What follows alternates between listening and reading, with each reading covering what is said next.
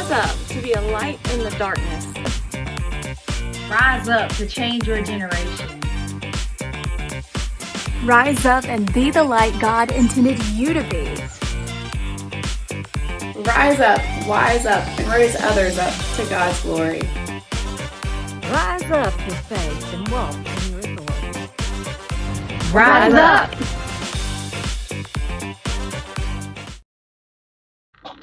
Good morning, everyone. It's time to rise up. Rise up. Whoop, whoop. God is good. Today we're going to be talking and continuing our segment on marriage, relationships, and struggles. So if you are on here, just go ahead and tap like, share, and invite your friends to join if you will. We'd love to have you join us. Let's get ready to roll. Before we do, I do want to say that we have church every Sunday at 4 p.m. at 1525 Dean Forest Road. That is in Savannah, Georgia. His house church. I wonder if I can make that ticker tape a little more visible for you. Hold on and let me just see if I can do that. I have to figure this out. There you go. That helped. So you're able to see it a little bit better. All right, whoops. Wrong button. I got a button here. Too many buttons. She doesn't let me touch the It could get us in all kind of trouble. It's hard when you know what you've been doing and they keep changing the rules on you every day. Oh my goodness, God is good. I hope you've had a fabulous week. We're going to move on today to talk about love. Are we live this morning? Where is everybody? Are we live? So we're going to be talking about love today. We've talked about respect. Yay. We've talked about respect. We've talked about challenges. Today we're going to be talking about a woman's love versus a man's love and what that looks like. So, yeah, let's get started. I've got a lot of ums going on. I feel like I'm talking to dead space. All right, so Love's a big topic. love is a big topic. Yeah, that word. We actually sat there and talked about it for a bit before, probably about an hour before we started with Rise Up this morning. We decided we love each other. Yes. 2 thumbs up. He's still chasing that camera down. It's like right there. It's difficult when you got 2 screens going on and you don't know who you're talking to or what you're talking to. But I'm still kind of focused on the fact that the beach is getting so much bigger on the top of my head.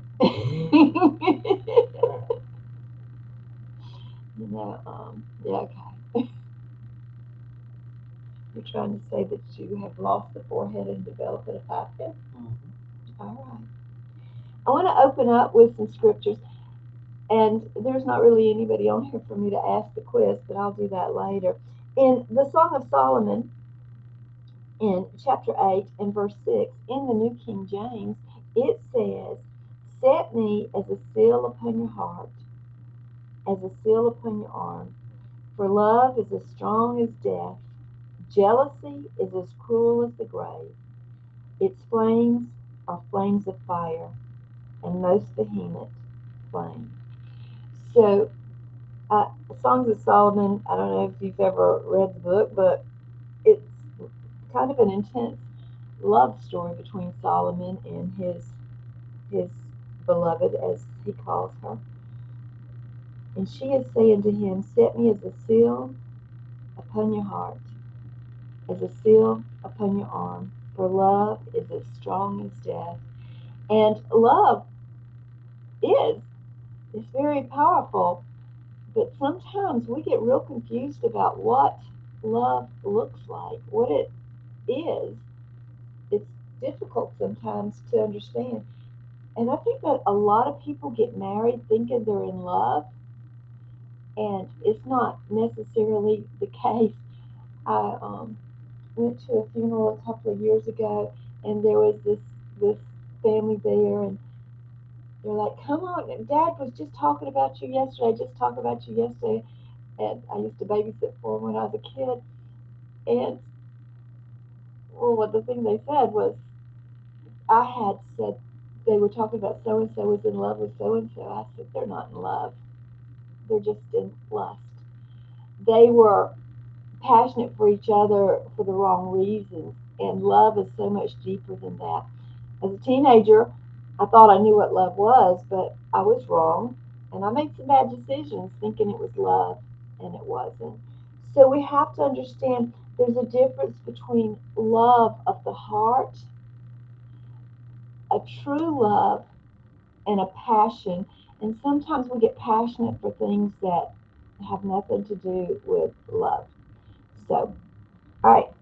If you're with us today, go ahead and say good morning and hit that like on the video and share it if you will, please. We'd appreciate that.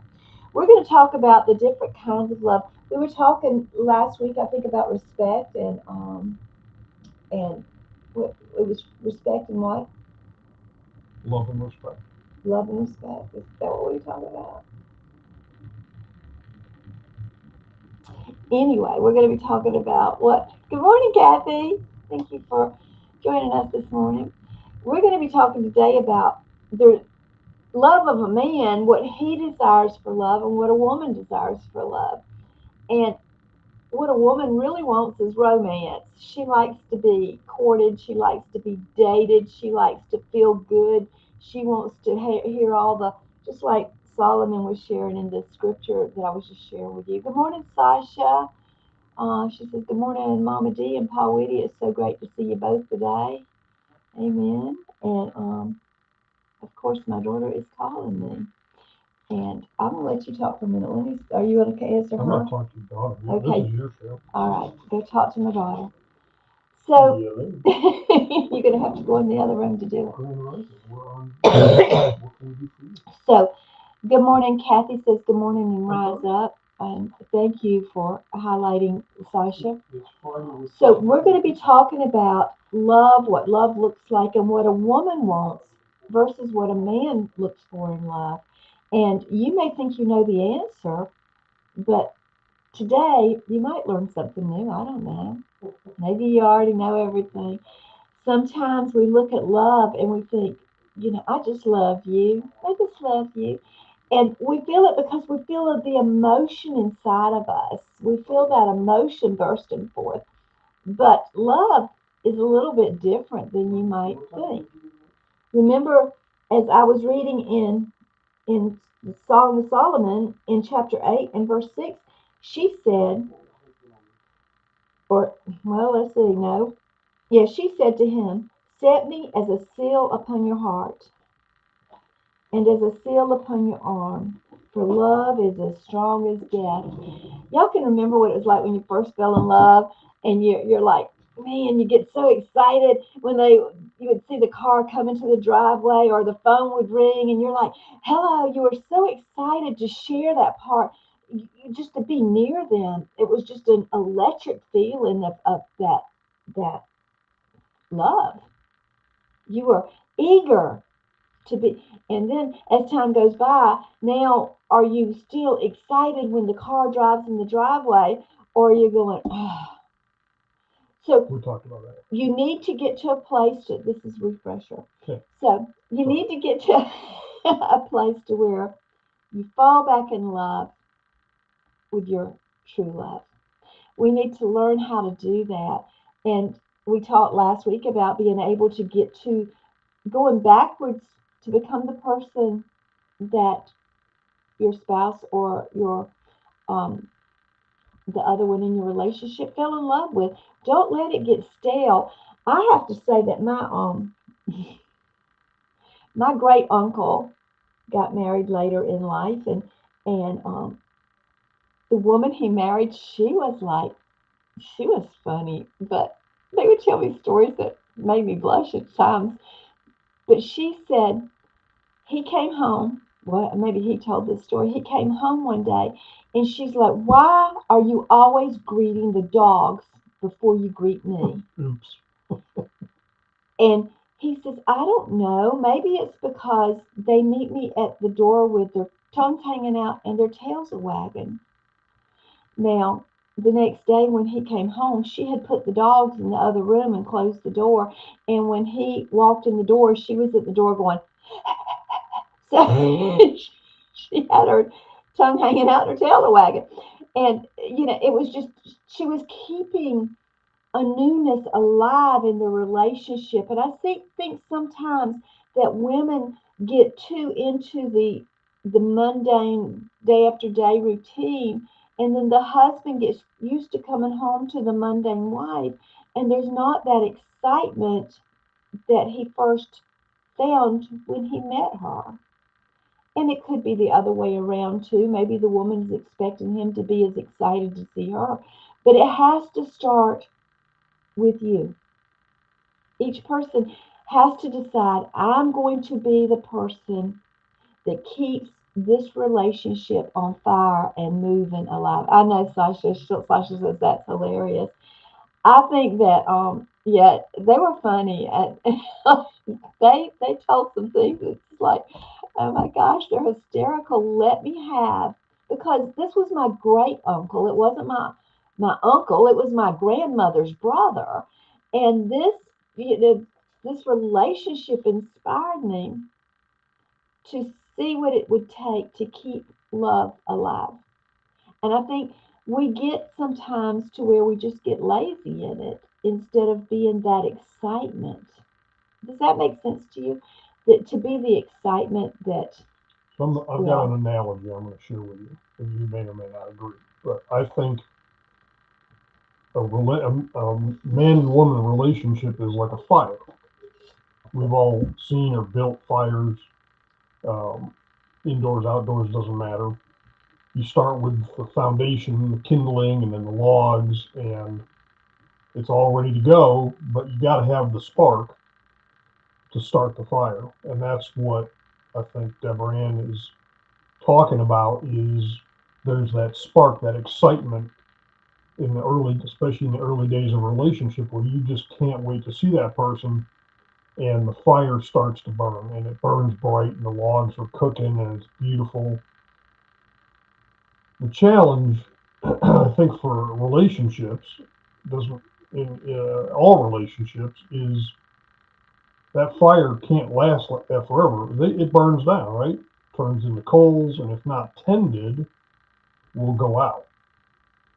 And I think that's what you have to focus on, is how do you get to keep that fire going, and not necessarily at that intense full flame necessarily, because we all get a little older, life comes in, we have things going on, but you can't let it go out altogether either.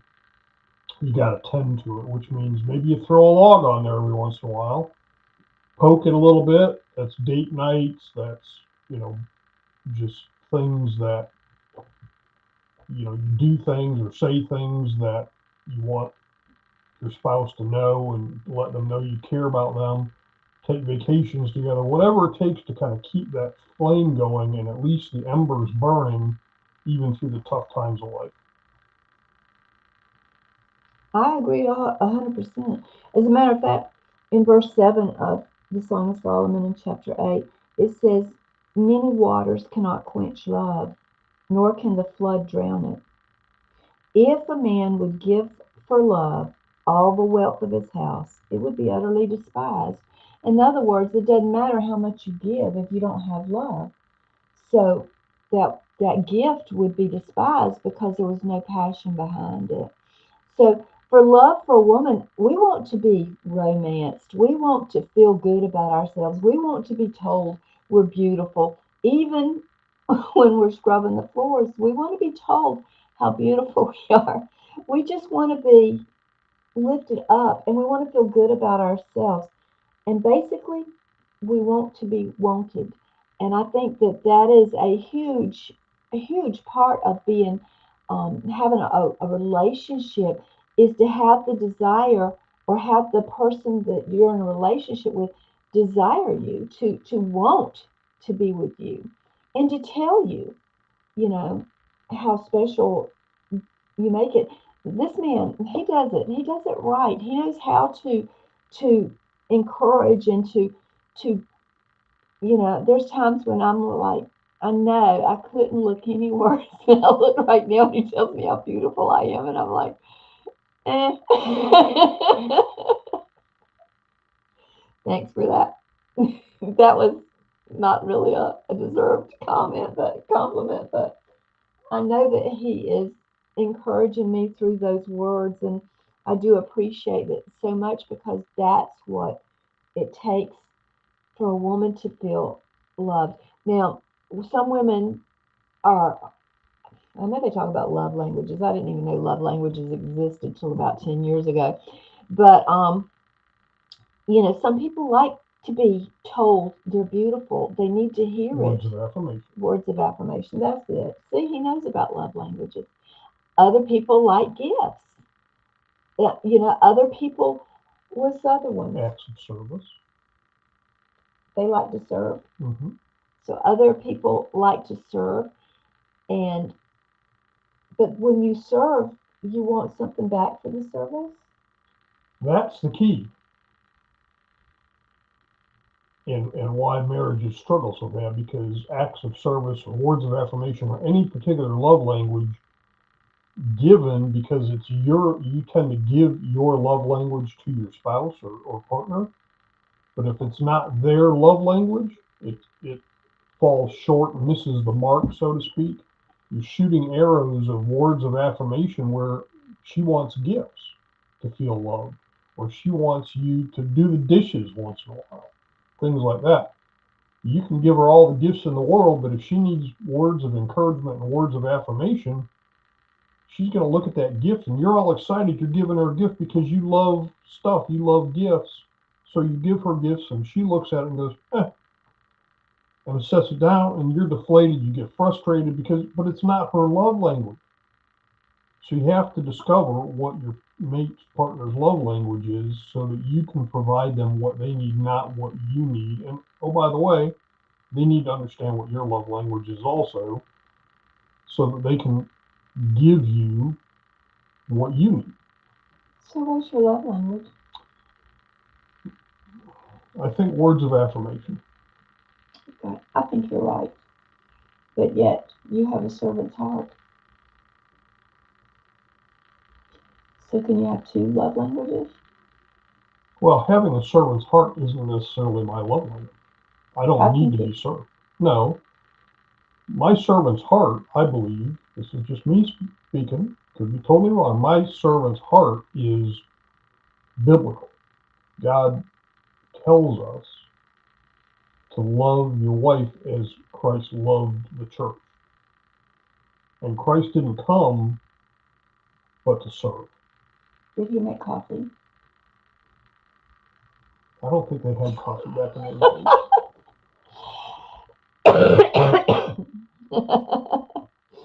I just had to throw that in there.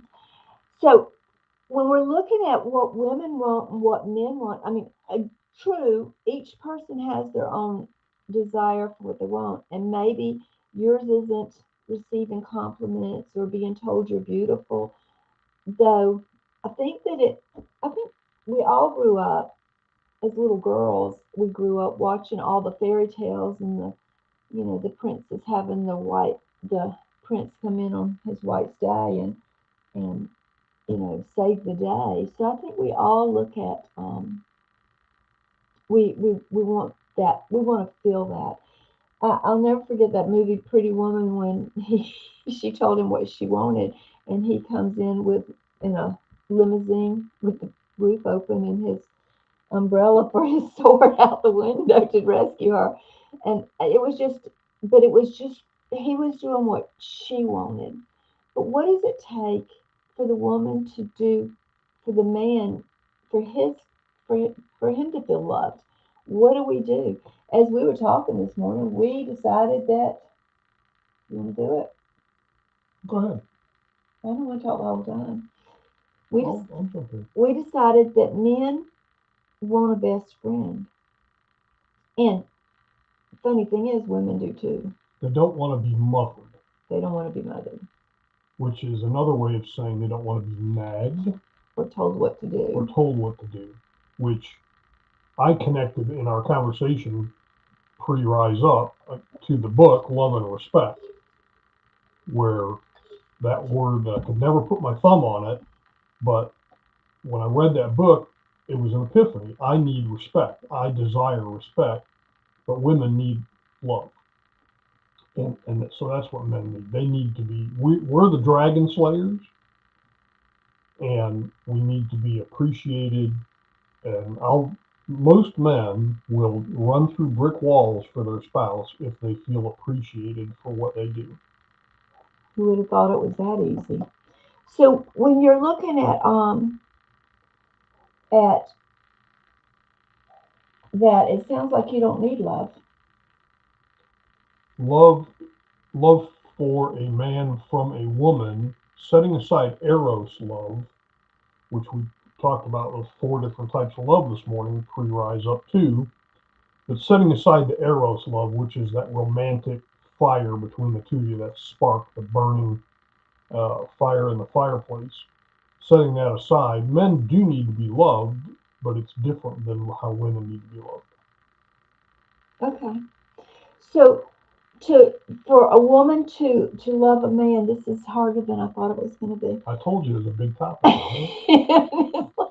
Men are complex. They think they're so simple, but they're complex. And stupid. You keep saying that. Women, we're not as complex as that.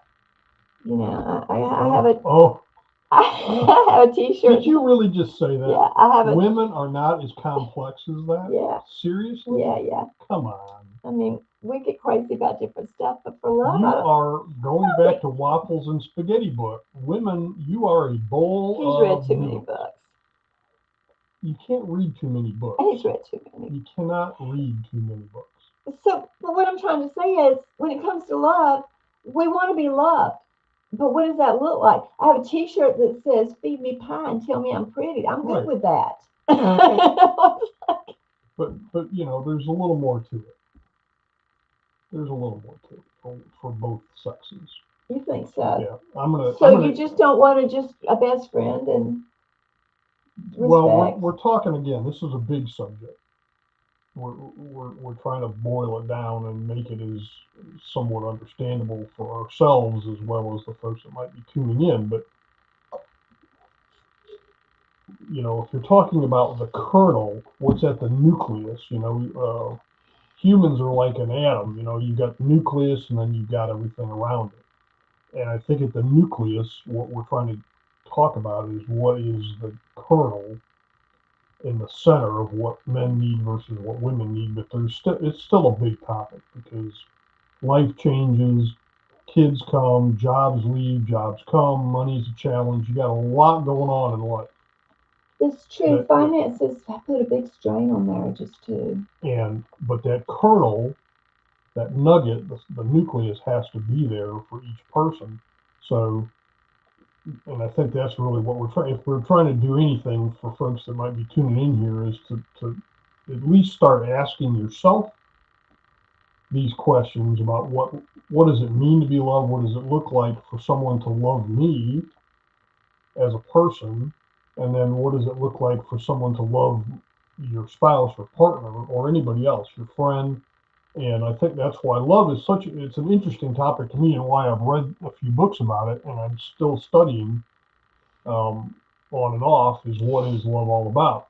But I'm going to interject right now because I came across what I think is a really interesting website, and we started reading from it today. The website is yourmarriagegodsway.org.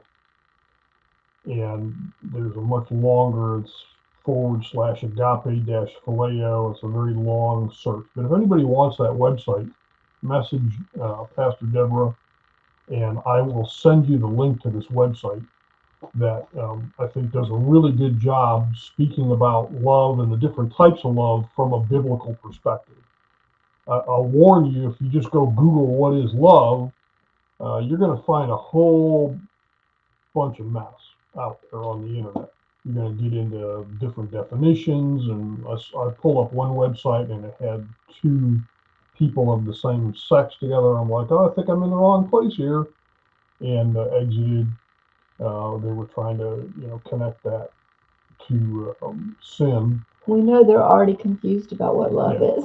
But Like we're not confused enough. yourmarriagegodsway.org/agape-phileo, and I can't see the whole thing, it's huge. But I can say that and send it to anybody that wants it. Talks about the 4 different types of love that are out there. And I think we all need to understand the bigger picture. I said this is a big topic. You need to understand the big picture of the whole topic. I'm trying to get this out of the camera, but Amber says she still can't hear you. I speak fairly quietly, so thank you for sharing that. I think we need to maybe spend some time looking at that site, understanding what the big picture of what love is, the 4 different types of love, and then how we receive and expend or send out those different types of love and how we experience them in our lives as well.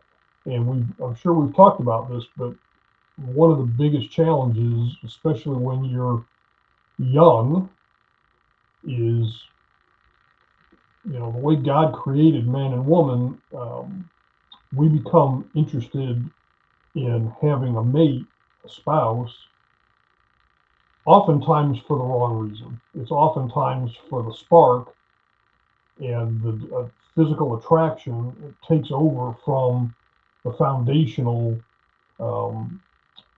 agape love. And agape love is a totally different kind of love. It's the love that Christ shares with men to express.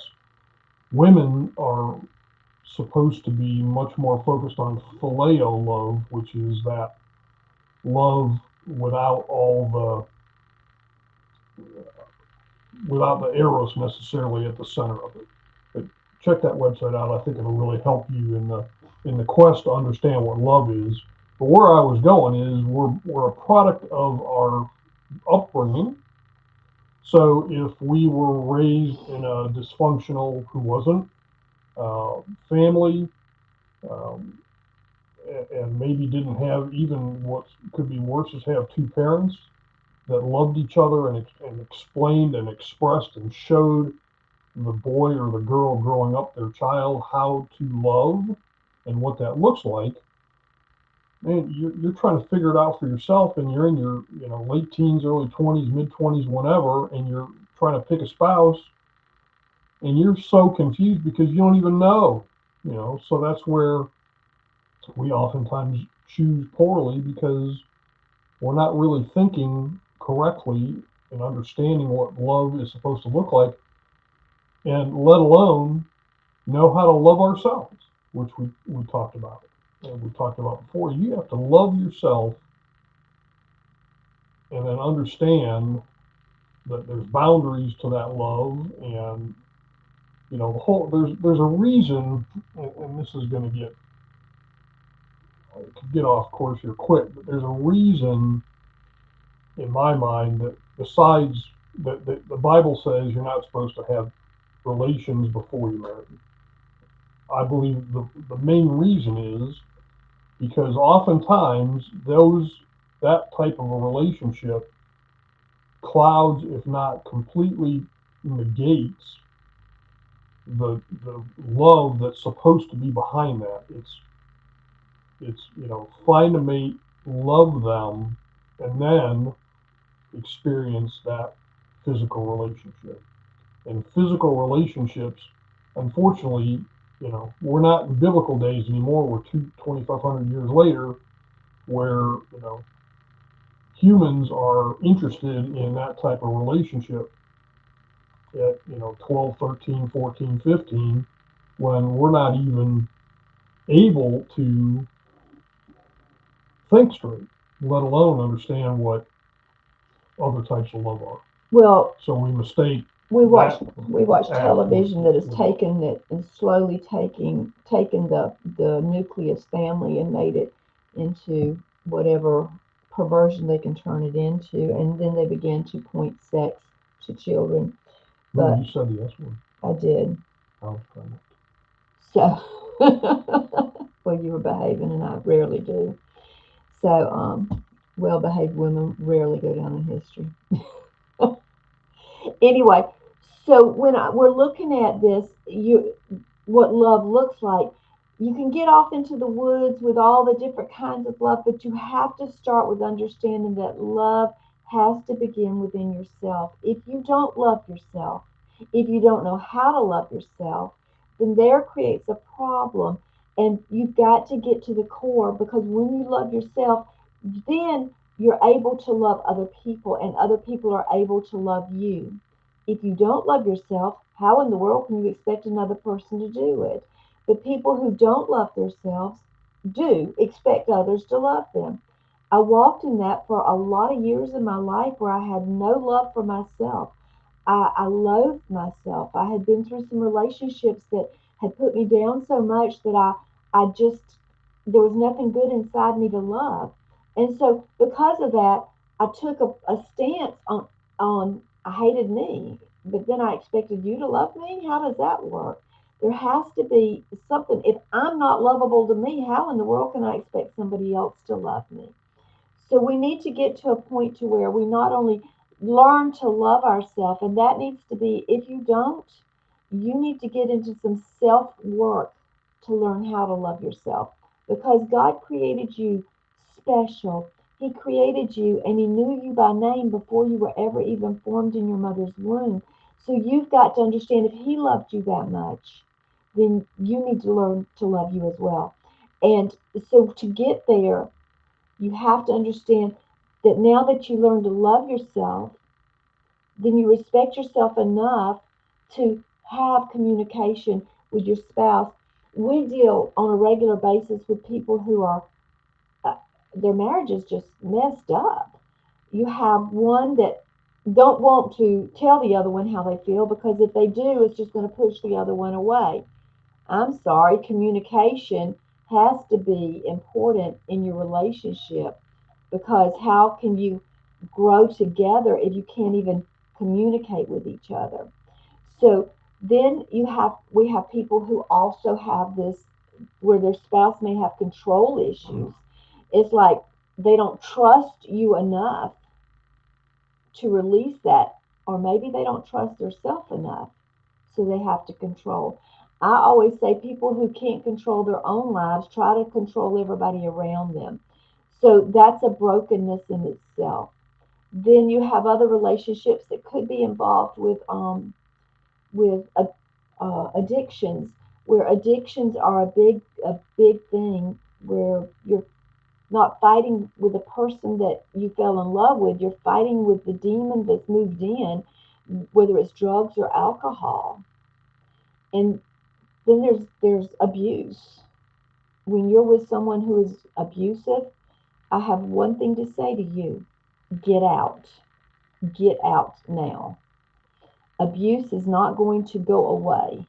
An abusive person, he needs or she needs a lot of work. And abuse can be physical abuse, it can be verbal abuse. Abuse is abuse. Get out of it. Do not stay there and jeopardize yourself, or if you have children, your children, because this does more damage, not just on the physical body, but on the emotional. That's where people get really broken, and your children are more valuable than that. So get to a place to where you can understand how to best move your marriage, to grow your marriage, and get there.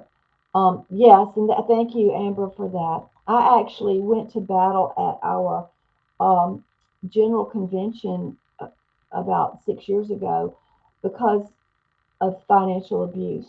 And this one preacher is sitting there laughing, going, "What does he do? Take away the charge cards?" That's not what financial abuse looks like. Financial abuse leaves the other spouse working 2 or 3 jobs to pay for the the other person to be able to do what they want to. Financial abuse is real. It is very real. That is something that it has to be reeled in. It's like, and you don't want to be in the control situation where you're just controlling every dime. But if you've got an abuser, it doesn't matter what that abuser looks like. Financial abuse is very real. I mean, I heard this preacher just laughing about it, and it made me so mad. I went to the podium to speak on it because I have lived through financial abuse. I have witnessed my child go through financial abuse. I've witnessed it happen. I've been a part of it happening to me. So we have to understand abuse is abuse. Get out, because it goes from financial to physical, or financial to verbal to physical. So when you're in an abusive relationship, you've got to get out of it. You have there's no grounds to stand on. This is very serious. I was voted down because people didn't see the whole concept of it, but it's real. It is very real. So I think the challenge, I'll step in for briefly for a second. I think the challenge is that when you find yourself in any of these situations that are in an abusive situation, it probably didn't happen overnight. And the challenge is when you try to construct, and it's happened because of poor boundaries, and boundaries are also called walls. So you have walls that have been either not built or built but broken down. And so you're in this relationship, whether it's 2 months or 22 years. You're trying to rebuild walls, or start set boundaries, and it's very, very difficult to do that as this is all going on. And so where Deborah Ann goes to, you have to get out. I mean, that's like in my mind, that's the last step. You tried to build boundaries. You've spoken to your spouse. You've had fights with your spouse, etc., etc. And the boundaries are continuing to be abused or ignored. Then sometimes you have to take the last step. And I've been through that. Unfortunately, Pastor Deborah's been through it. And it's tough. I think the other thing I'll just add to the end of that is, again, it's kind of how like God put us together. Is a lot of times we don't know ourselves while we're searching for a spouse. So we get married, whether we're 16 or 26, we tend to get married at a pretty young age, and a lot of times we don't really know ourselves, and we don't have love for ourselves. Oftentimes because we didn't witness what love looked like from our parents. So what makes this even more challenging is now you've chosen a mate, you're married, maybe you have kids, and at the same time, at this point, you're like, oh, there's something that's not right here. So you're trying to learn who you are in the context of another relationship, and that your spouse is looking at you like, what's going on here? You seem like you're trying to change, or you're putting new boundaries in, and it's very, very difficult to learn to love yourself in the context of an existing relationship. It's not impossible, no. But it's very difficult. Well, and you're not alone. Your spouse or the person you're in a relationship with will realize, wait, this is not the person that I married. This is not the person that I know. This person is all of a sudden not the same person, because you're learning and you're growing. And what's happened, and Sasha posted the question, what if you go into a marriage or a relationship not having boundaries or even knowing about them? So what happens is, when you go into a relationship like this and then you begin to learn about it, then you start changing and you start making boundaries that are not acceptable, but they have to begin with a conversation. You just don't set up boundaries and all of a sudden it's like without knowing the law, say the speed limit is 55, and the next day you go down, you're thinking the speed limit is 55, and now they've changed it to 25, you're going to get a ticket. You're going to see some blue lights because you knew the law yesterday and it was changed today, but nobody told you. That's not fair to anyone involved. So what I would suggest is that you begin with conversations, and real conversations. And I believe in having conversations, intimate time where you just discuss, this is really bothering me, and it's never easy to to have conversations. This is bothering me. I know this isn't your fault. That I tolerated this for a long time, but as I'm learning to love myself and I'm learning what really bothers me in life, this bothers me, and I want to draw a line in the sand and say, this is going to be a boundary for me. I can't do this anymore. Don't cross this line. Don't, whatever it is that is coming against you. Don't come in late anymore, angry and yelling at me. That's not acceptable. If you're going to come in angry, then don't come in. Stay outside. I'm going to loop this back to what we very 40 minutes ago started talking about. Good morning, Mariah. In terms of when you're trying to have these difficult conversations with your spouse, oftentimes, I'll speak from the male perspective, oftentimes it comes off as you're trying to mother me, you're trying to nag me, you're trying to tell me all the things I'm doing wrong, and that's how it comes about. And oftentimes that's how it's presented. So I think Deborah Ann is very skilled at using better words and positioning her feelings. You say things like, I want to help you understand that what you're doing is making me feel this way.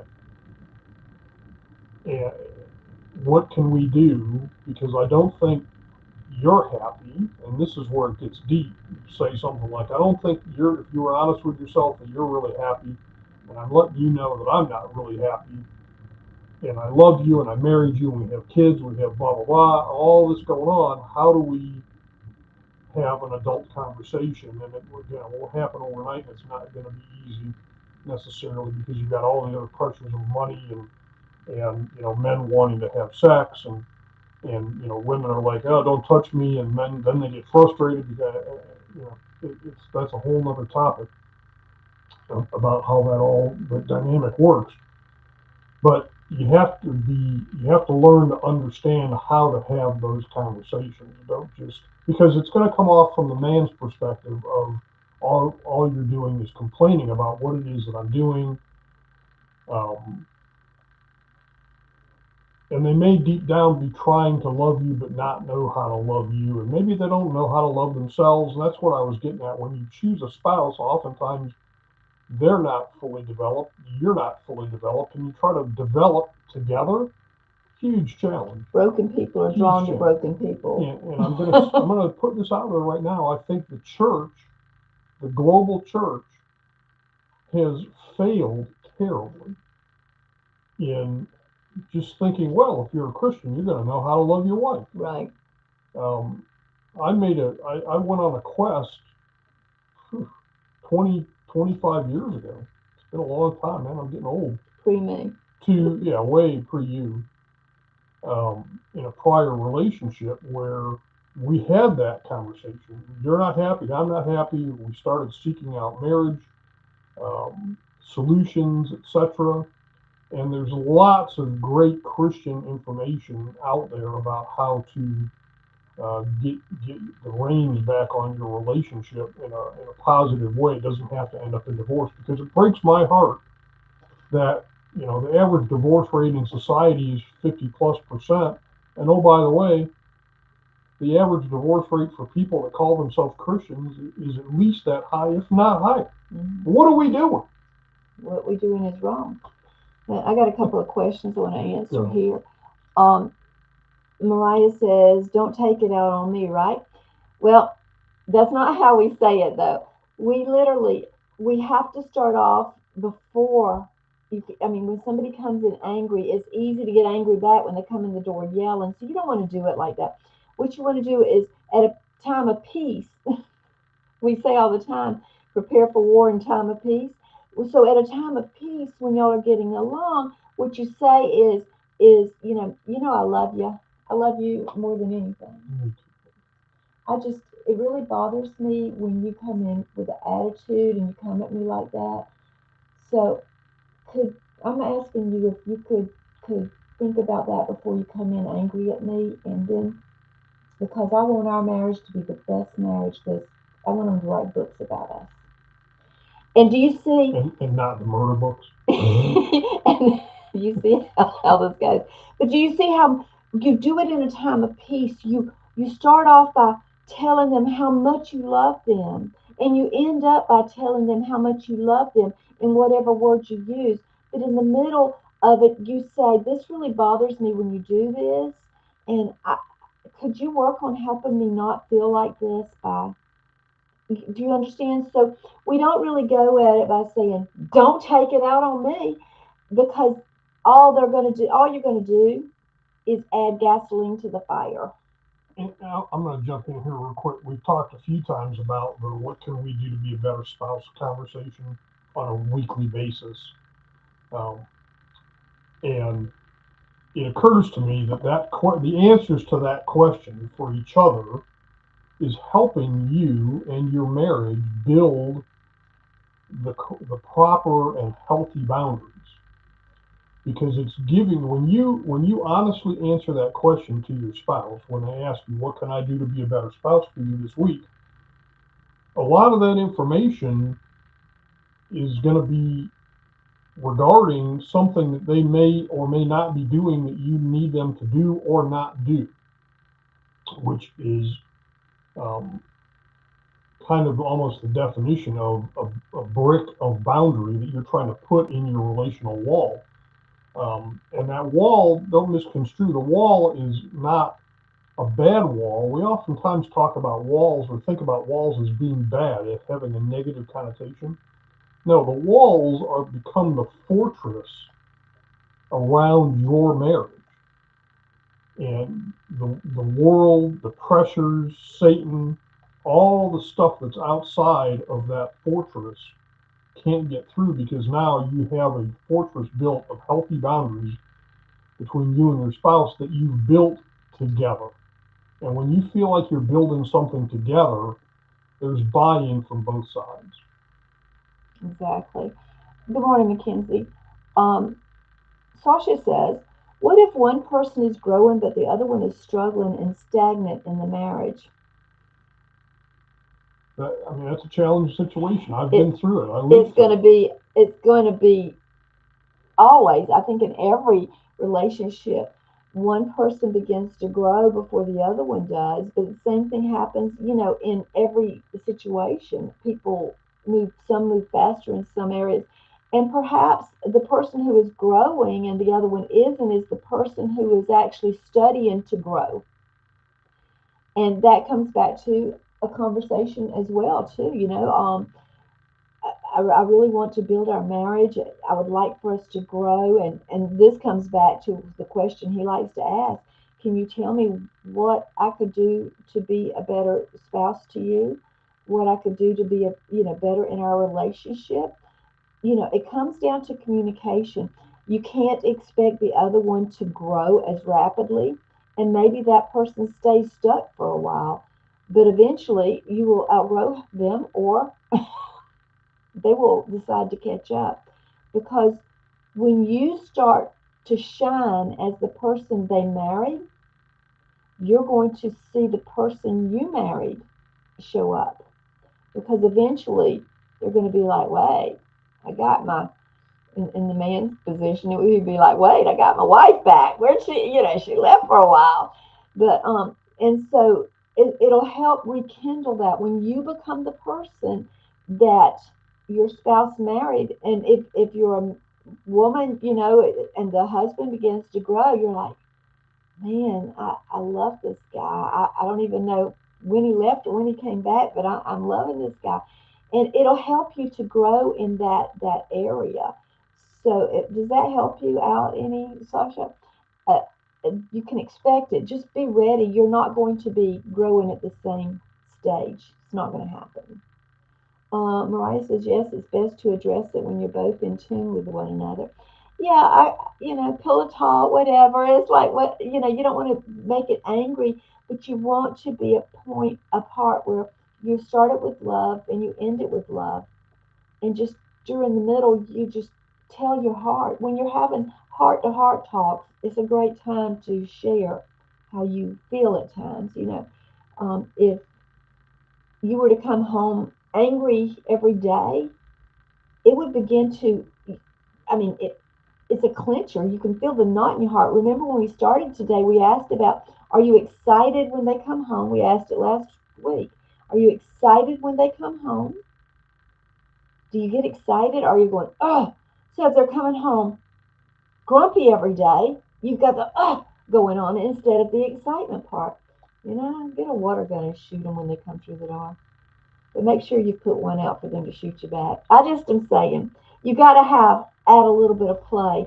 Be the puppy dog at the door. And I do think we all need to learn how to fight. And fight in a positive way. We mentioned this before. Are you fighting for your marriage, or are you fighting to get divorced? And there's a fine line, there's a tipping point that that teeter-totter going back and forth. Are we fighting to stay together, or are we fighting to break up?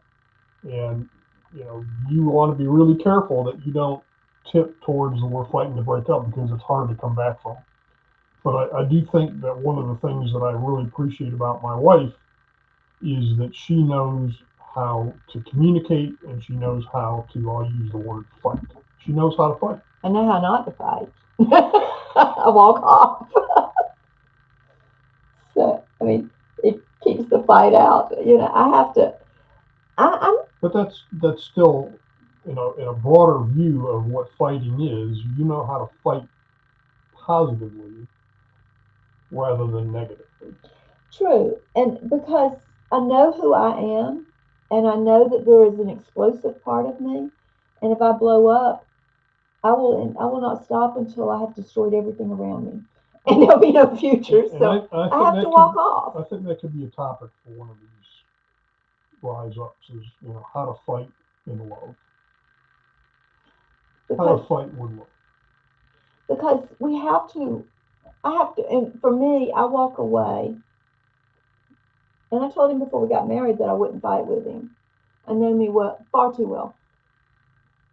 So I have to walk away to, first, I need to analyze what it was that he did that made me mad and why it made me mad. Why did it make me angry? Was it something inside of me that triggered, or was it truly something he did that was wrong? You understand? So I have to get to a place to where I come and I'm like, okay, am I angry because of a brokenness inside of me? And sometimes it is.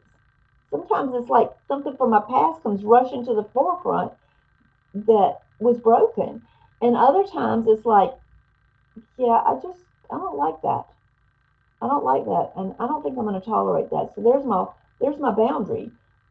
So I walk off, and then not only do I get a chance to think, so does he. He gets a chance to think. Because I'm alone. Because he's all by himself. I'm all by myself. And it gives us the opportunity to understand, all right, one of us is wrong here. So I need to know, is it me? Did I respond in a wrong way? Or was it something he did that really justified me walking off? He gets to think about it. I get to think about it. And then we meet back in the middle, and I'll say, he always apologizes, even if it's my fault. And I'll say, no, this was a brokenness in me. It brought back something from my past, and it's something I need to work on. I need to accept my failures and recognize what they are. Does that make sense? So let me go on to the next comment here. Did I say good morning, Mackenzie? Good morning. Both people will be more receptive and resolve issues that way. Yeah, I think so. That way, when you're talking with I call it a love sandwich. You put love on the front and love on the back, and whatever you need to say in the middle, it makes it more receptive. It makes him receive it better without getting defensive. It makes me receive it better without getting defensive, because it was a love sandwich. There was love on both sides. Okay. Sasha says, I tend to get aggravated with his attitude, and I have to go in another room. But what's causing the attitude? And that's something that would be, something worth addressing. Oh, well, never mind. She finished up with it.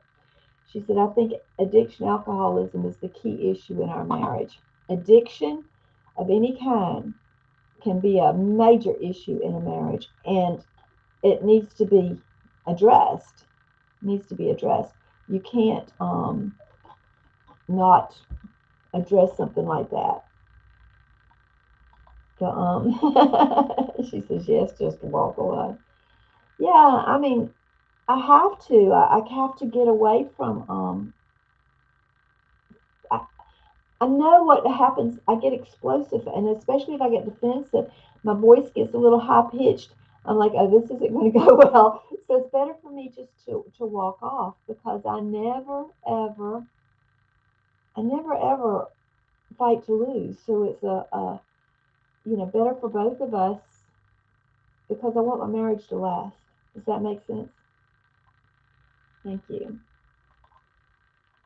So, all right. Do you have anything else? We're coming up on an hour.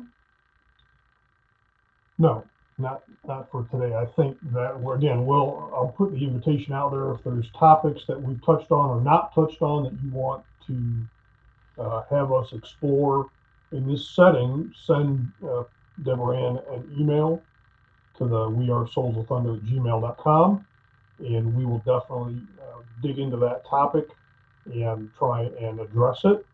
If you want help outside of this environment, outside of Rise Up, again, call, text, email Pastor Deborah and reach out for help.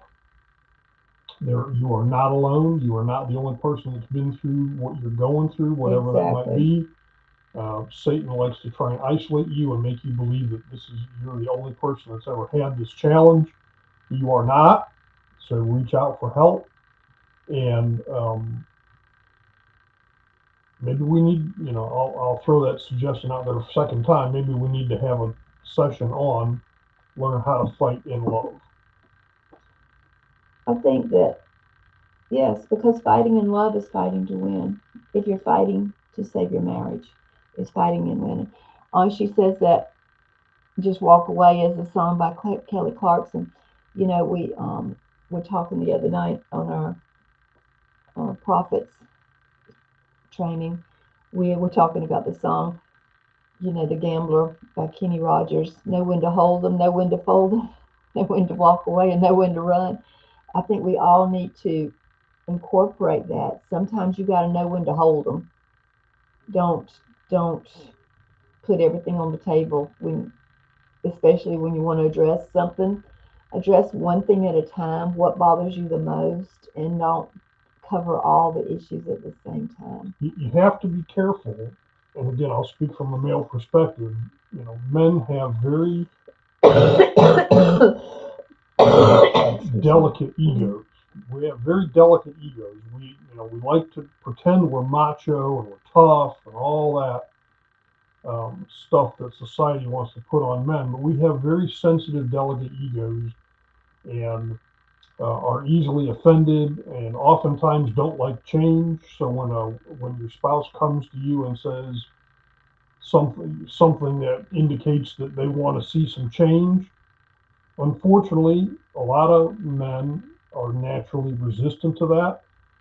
I think people in general, we've talked about this, not necessarily in this situation, but Deborah Ann and I have about, in general, people tend to, even though they're miserable, they might be miserable, they tend to stay miserable rather than trying to change their situation, because they're more comfortable being miserable than facing the fear of what that change might bring, the fear of the unknown. And I was there. I'd lived that way for a long time, up until the point where I was sick and tired of being sick and tired. And I finally broke free from that, and I jumped into the abyss, so to speak, of trying to change and embracing change and welcoming change and learning what change looked like and what I wanted my life to look like, more importantly, and then being willing to do the work that it takes to do those things.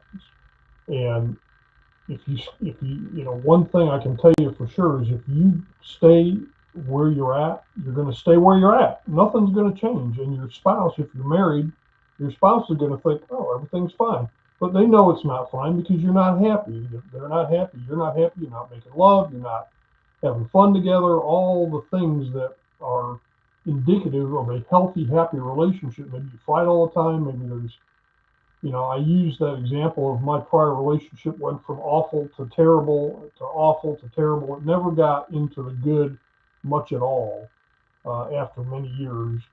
And if that's the environment you're in, where it's awful to terrible and awful to terrible, and there's not very, if at all, any good, how do you break through that, and how do you get more into the good zone and then very rarely get into the awful and terrible zone? It's hard work. Both people have to own that mission.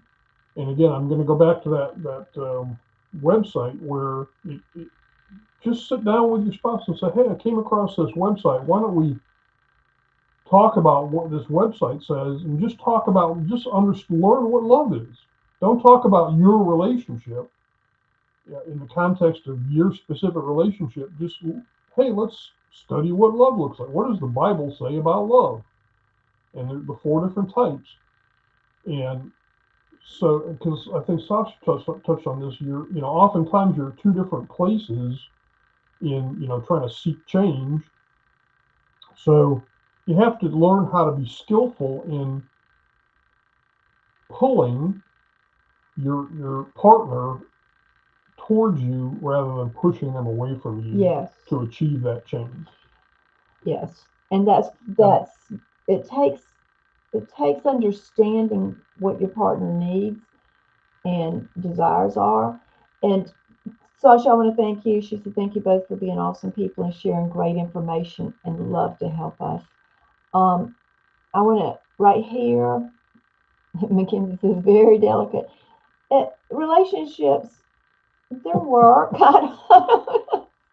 But I didn't say very delicate, I said delicate. All right, so I want to get to this one, though. Mariah says men have big egos. Big egos. But let me share this with you. Women have huge feelings. They get in their feelings about everything. Women's feelings are so big until there's not room for a man's ego in there. It's a bowl of spaghetti. So every time all the noodles touch each other. So if their girlfriend said something to them that they didn't appreciate, that goes in the bowl of spaghetti and it touches every other noodle in there. So when your spouse comes home and they're in a little bit of a mood or whatever, well, you're already tweaked about what Susie Q said about your dress in the morning, and you've been stewing on that all day, and then the clerk at the grocery store was rude or whatever. It's all together in a big bowl. And I think men need to understand that it's women are not, they're not compartmentalizers. They can't set aside the challenges from their emotions. They can't put Susie Q's negative comment or the angry clerk at the store into a box, and then your spouse comes home and you tear each other's clothes off and you jump in bed. It just doesn't happen. Men can do that. Men can be like, oh, bad day at work, put that in the box over here, baby, let's go. Let's have a glass of wine, we're getting it on. Women can't do that. So, and let's see, I'm going to go back to this one right here. Mariah says they can be so hurtful, yet they don't want to be hurt. It doesn't seem fair. How do we help one another with this? Very good. It goes back to that love sandwich. When you're having, in times of peace, you discuss the war. So in times of peace, you say, I love you, I respect you, but you better be respecting him. But when you say it, I love you, I respect you, and I love how hard you work. I love that, you're such a great provider.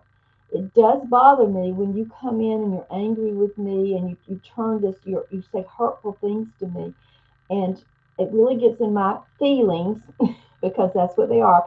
I tell my church all the time, feelings are real, but they aren't facts.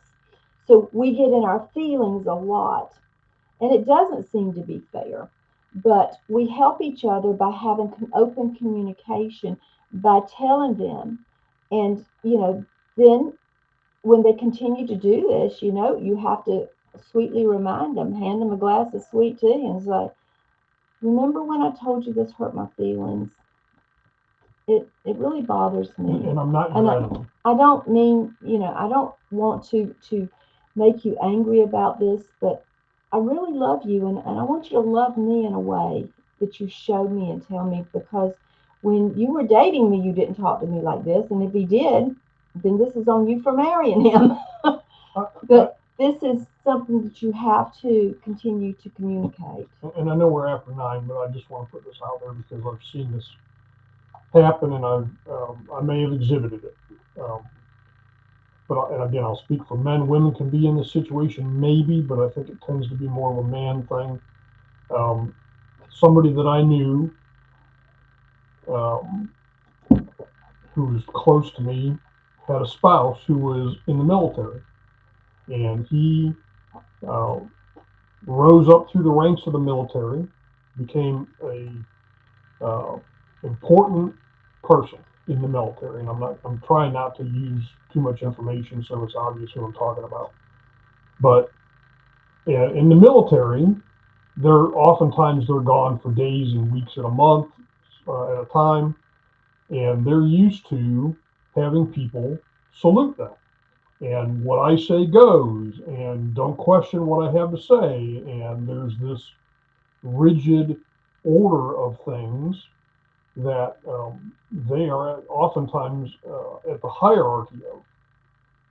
Now, I'm going to expand that to say that men that have important, what I call big jobs, important jobs in a business, or their own business, or an employee of somebody, they can have a big important job, and they can have a lot of subordinates under them. And they may not be gone for days, weeks at a time, but they go to this work on a daily basis. And they have people, not literally, but figuratively, saluting them because what they say goes.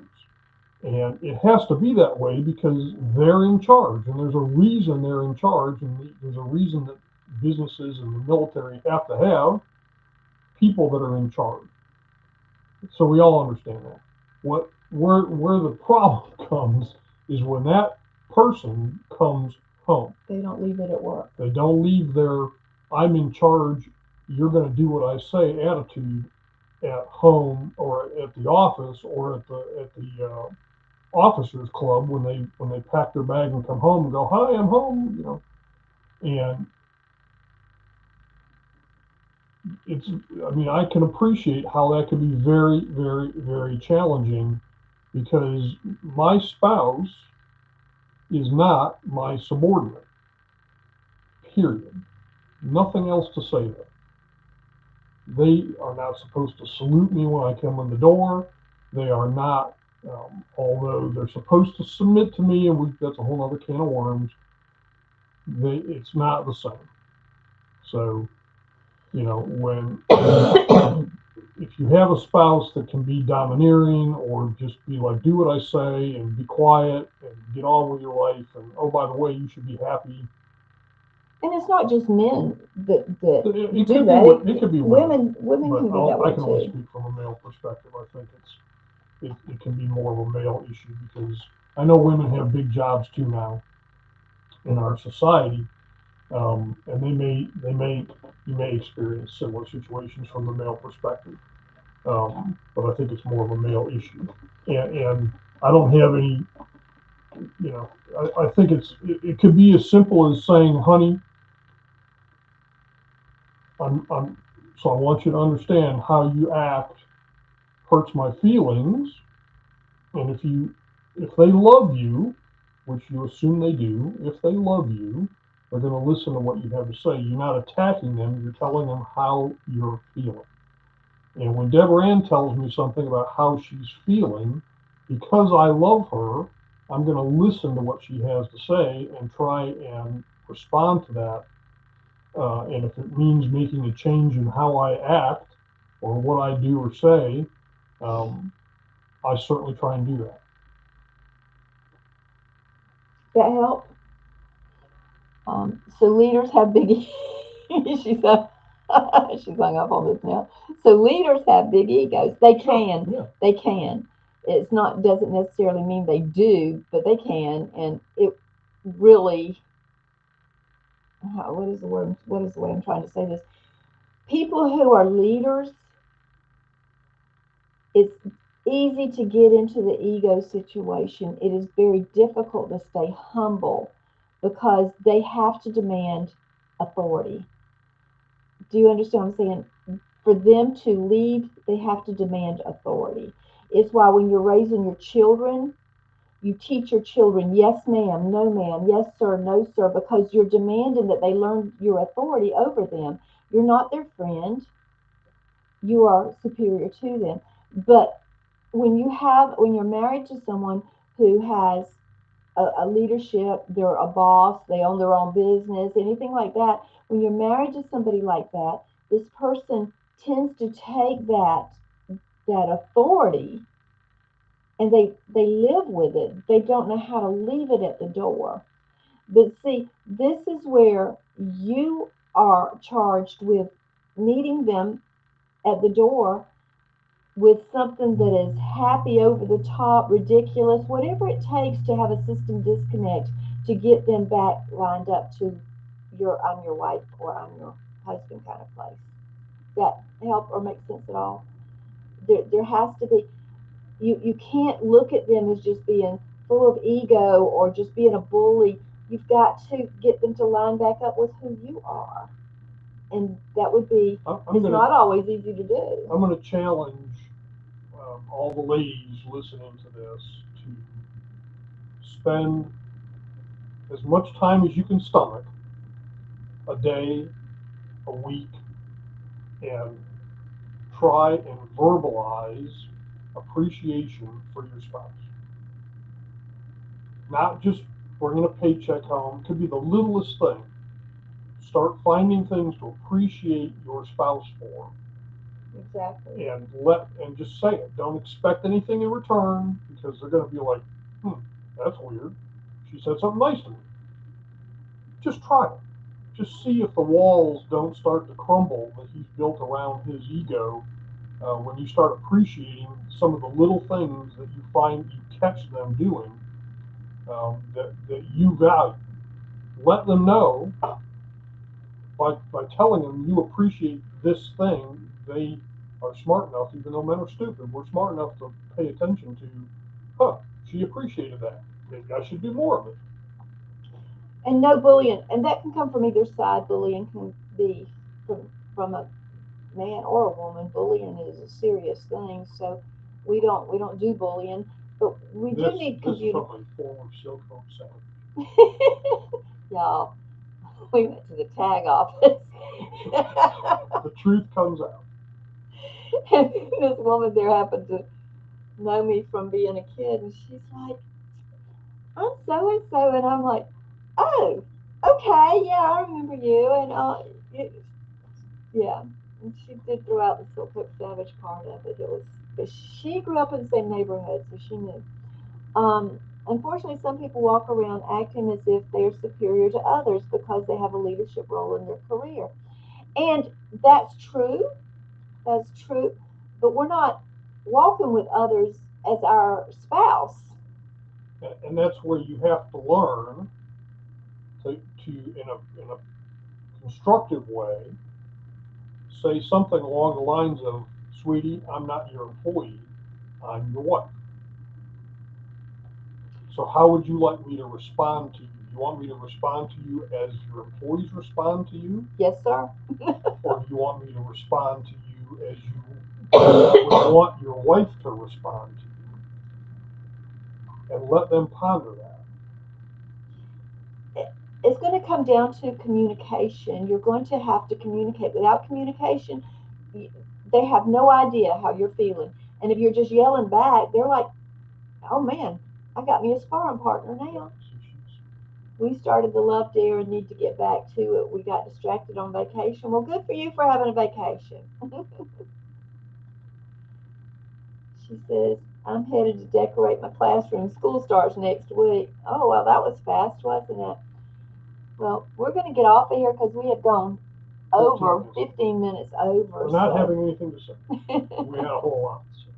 I know it's going to be ding, ding, ding. Communication, absolutely. It's got to come down to talking. If you don't talk with each other, then you can't expect the other person to know what you're thinking or feeling. And women, get out of your feelings, get into your knower. That's what my spiritual mother called it, your knower. You got to know when you know her. So get out of your feelings. It's not about what you feel. Get to the point to where you know what you want and you have the communication. But at the same time, before I end this, I'm going to say this. This really, a marriage is not about what you want. It is about being in a relationship. It's just like so many people as Christians, all they do when they're praying is telling God what they want. They're not in a relationship with God. They're telling him what they want. And in marriages, when you get to a place to where all you're doing is wanting something from your spouse or the person you're in a relationship with, you've got to understand that this relationship is already on a faulty foundation. You've got to come to a place to where you get together and you communicate with each other. You know, what can I do? What can I do to be better in our relationship? What is it that you would like for me to do to be better? And expect whatever they say. Don't get in your feelings about it. Get into you. I ask the question, I'm expecting an answer because I want our marriage to be great. I want our marriage to be perfect. I want our marriage to come together.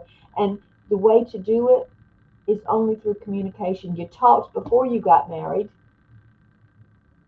And if you're in a relationship that you're not in a marriage and you're having problems, then it's probably not the relationship for you. But you need to get to a place to where you understand you're fighting for something that's not real. Does that make sense? So I want you, if you're married, fight for your relationship, fight for your marriage. Become the person that your spouse fell in love with. Become that person, because that's what it takes to keep us together. I have to continue to be.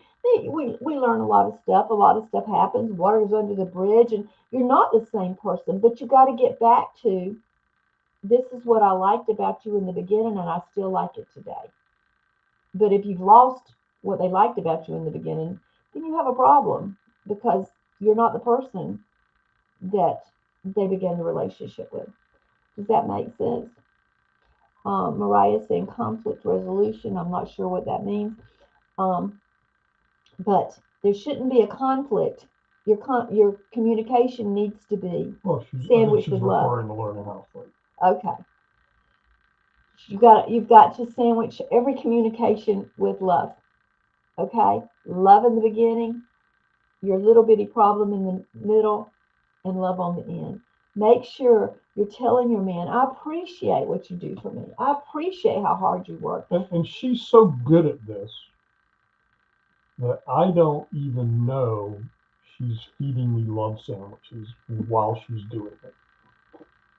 Well, that's because they're not love sandwiches, honey. They're just love. Knuckle sandwich? They're just love. Wrapped in love? You don't need any sandwich. It's just love. All right. I hope y'all got something out of today. If you did, like the video, share the video, tag your friends in it. They may need a little boost in the arm too.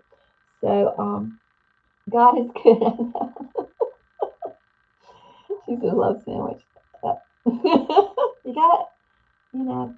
Mary Poppins says a little bit of sugar helps the medicine go down. Sweeten it up. Sweeten it up. It's communication. You've got to share the things that bother you, but do it with love. Don't just go around, they don't want to walk in the door. They already had a bad day and you start telling them about what you want them to change. I want you to do this and this. That's not communication. That in itself, communication, right? But it's not healthy communication. It's bullying. And women, You're mothering. women tend to think that they're being bullied without realizing that they bully back. And so we need to get to a place to where we're doing it with love. Learn how to fight. Yes, learn how to fight. There it is. What is that? A fist? I think so. Love, fist, love. Right? So she says, talking her language. So that's what I want you to understand. We've got to get out of the, I'm going to bully you back because you're bullying me. You're treating me this way, so I'm going to treat you the same way. That is not going to get you anywhere. All it's going to do is continually be a cycle. And I want to just, I know we're 20 after now and we need to go. I just want to encourage you, whoever you might be, that is either on here or hears this in the future, I want to encourage you that I have personally witnessed, not just in my life, my testimony, but I have witnessed people's lives and marriages change through the power of love with the help of God's grace. I've personally witnessed that. So do not give up. No. Run to God. Turn to other Christians that have wisdom, perhaps, and run to God. Check that website out that I mentioned before. If you want a link to it, we can send it to you. Send Deborah an email, and we'll send you the link. I think it's really a valuable piece of information, kind of foundational understanding of what the Bible has to say about love and the different types of love.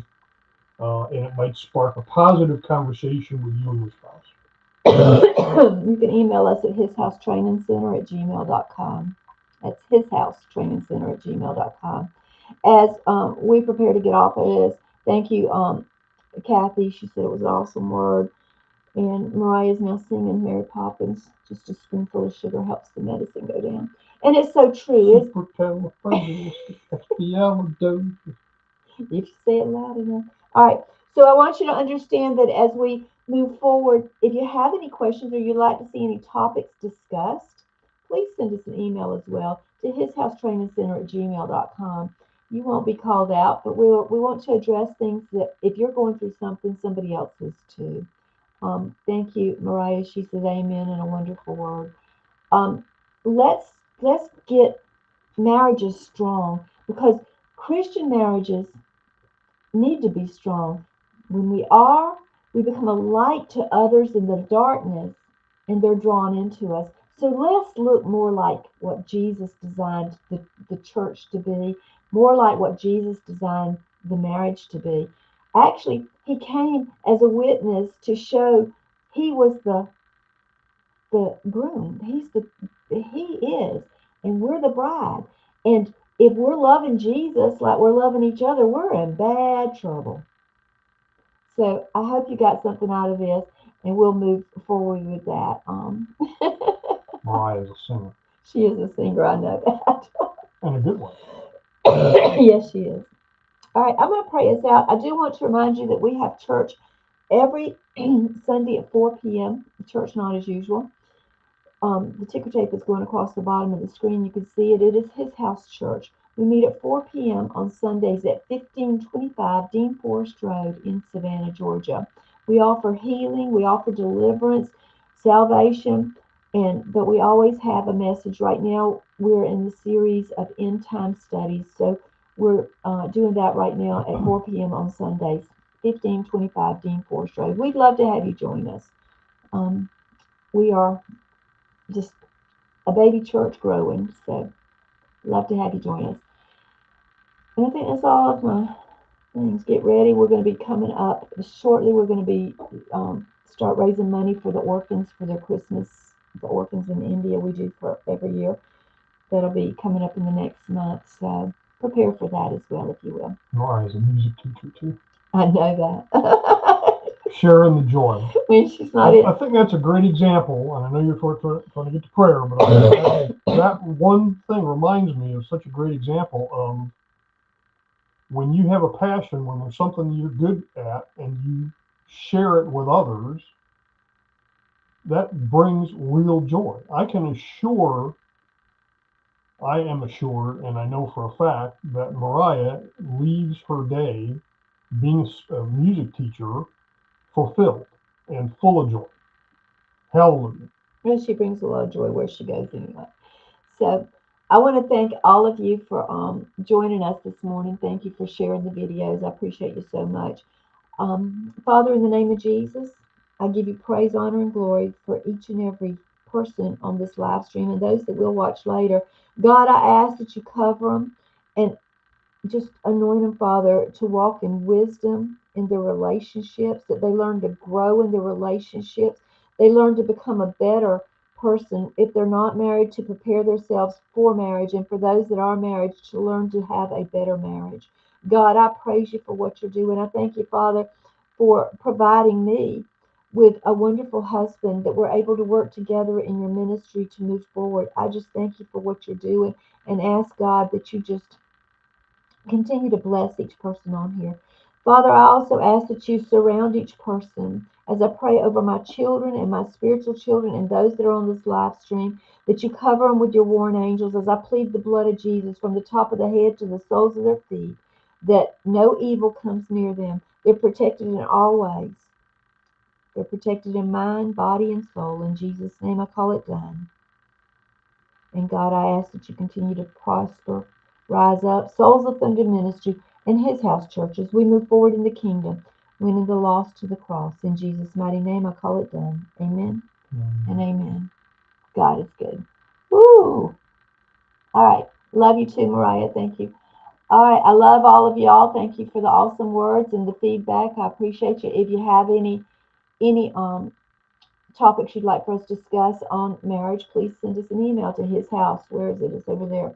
His house training center at gmail.com. All right. We love you, and we will see you. Oh, not until Monday. Ashley will see you Monday morning at 8 a.m. live. Why? Because you won't want to miss this. I love you, and bye-bye. Join us for Rise Up on Monday through Friday at 8 a.m. live on Facebook and YouTube. Why? Because you don't want to miss this. It is time to rise up.